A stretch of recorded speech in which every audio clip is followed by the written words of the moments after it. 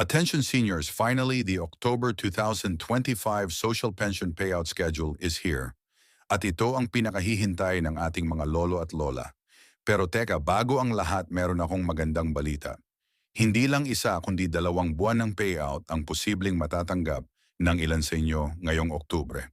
Kaya huwag kayong aalis dahil ipapakita ko sa inyo ang kumpletong schedule. Step-by-step claim ang guide at mga probinsyang may early payout. Alam natin na napakahalaga ng social pension program ng gobyerno. Ito ang tulong pinansyal na ibinibigay buwan-buwan sa ating mga nakatatanda, lalo na sa mga indigent o walang sapat na income. Ngayon, Oktubre 2025, naging espesyal ang update na ito dahil may mga lugar na nagkaroon ng THES noong Setyembre. Kaya ngayon ay dobleng benepisyo ang matatanggap. Mas pinagay ang schedule sa ilang rehiyon at mas pinadali ang claim ang process sa pamamagitan ng priority lanes at bagong disbursement channels. Kung aasa ka lang sa pensyon para sa pagkain, gamot at pangaraw-araw na gastusin, siguradong malaking ginhawa ito para sa iyo. October 2025 Key Changes. Ngayon, dumiretso na tayo sa mga pinakaimportanteng pagbabago ngayong Oktubre. Una, ang payout window ay nakatakda mula Oktubre 10 hanggang Oktubre 25, 2025. Pangalawa, may ilang probinsya na nag-anunsyo ng mas maagang schedule as early as October 7th. Pangatlo, pinagtibay muli ang requirement na dapat ay may dala kang valid ID at claim stop. Pang-apat, para sa mga may sakit o bedridden, maaari nang ipakuha ang pension gamit ang special power of attorneys pa at mamaya ililista ko isa-isa kung anong mga lugar ang may early release. Kaya manatili hanggang dulo para makita mo kung kasama ang iyong probinsya who will receive in October. Ngayon, sino-sino ba ang makakatanggap ngayong buwan ng Oktubre? Una, lahat ng indigent senior citizens na kasali sa social pension program ng DSWD. Pangalawa, mga kwalipikadong seniors na wala ng ibang natatanggap na pensyon mula sa SSS o GSIS. And pangatlo, may mga feeling benepisyaro na nagkaroon ng delayed release noong Setyembre. Sila ang makakatanggap ng dobleng payout ngayon.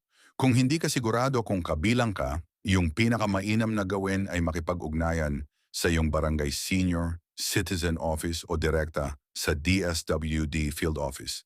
Step by step how to claim.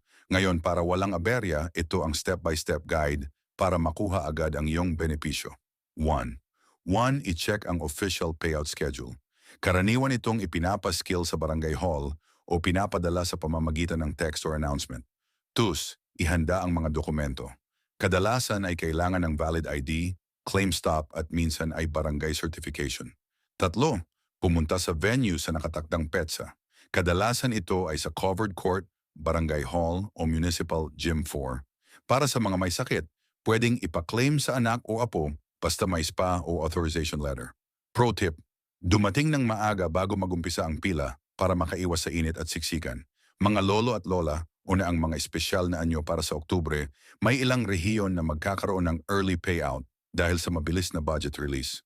Halimbawa, Luzon areas tulad ng Batangas at Pangasinan, October 7 onwards. Visayas areas tulad ng Cebu at Ilocos 8 onwards. Mindanao areas tulad ng Davao at Cagayan de Oro, October 9 onwards.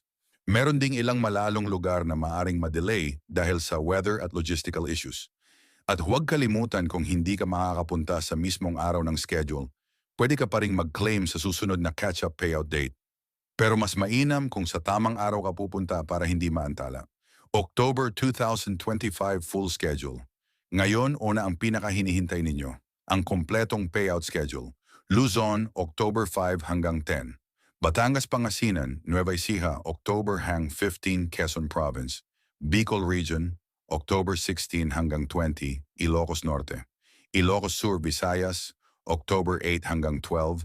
Cebu City, Mandaue, Iloilo City, October 13 hanggang 17, Bohol. Leyte Samar, October hanggang 22. ZC Occidental Mindanao, October 6 hanggang 12, Davao City, Cagayan de Oro. October 13 hanggang Zamboanga, General Santos. October hanggang 25, Bukidnon, Cotabato. Paalala, ang mga petsang ito ay base sa latest DSWD field announcements, Maaring magbago depende sa local government coordination, kaya siguraduhin na i-check ang barangay or official DSWD page bago pumunta. Frequently asked questions. Ngayon, sasagutin ko ang ilan sa mga pinakakaraniwang tanong tungkol sa social pension payout. What if I missed my payout date? Pwede ka pa ring mag-claim sa catch-up schedule or sa susunod na buwan. Pwede bang sa ibang barangay kukunin? Hindi po. Kailangan sa mismong assigned barangay o municipal venue, expired na ang ID ko. Makukuha ko pa ba? O basta may support ang documents o barangay certification? Final reminders, dagdag spoiler recap. Mga lolo at lola, balikan natin ang highlights ng October 2025 Social Pension Update. Ang official payout window ay Oktubre 10 hanggang 25, pero may ilang lugar na mas maaga pa. Siguraduhin ang inyong valid ID, claim stop, at kung sakali ay spakong ipa-claim sa iba. May mga seniors na makakatanggap ng dobleng benepisyo ngayong buwan dahil sa the late September release. Kaya siguraduhin na hindi ninyo palalampasin ang petsa ng inyong barangay para makuha ang inyong pensayon. Kung nakatulong sao ang video na ito, pag-ishare sa iyong mga magulang, kapitbahay at mga kasama sa Senior Citizens Group. Don't forget to like, subscribe at notification bell para kayong updated susod na payout announcements. Kung may tanong kayo tungkol sa schedule sa inyong lugar, ay comment ninyo sa baba at sisikapin nating sagutin or feature sa susunod na video. Happy claiming seniors. Mabuhay po kayong lahat. M.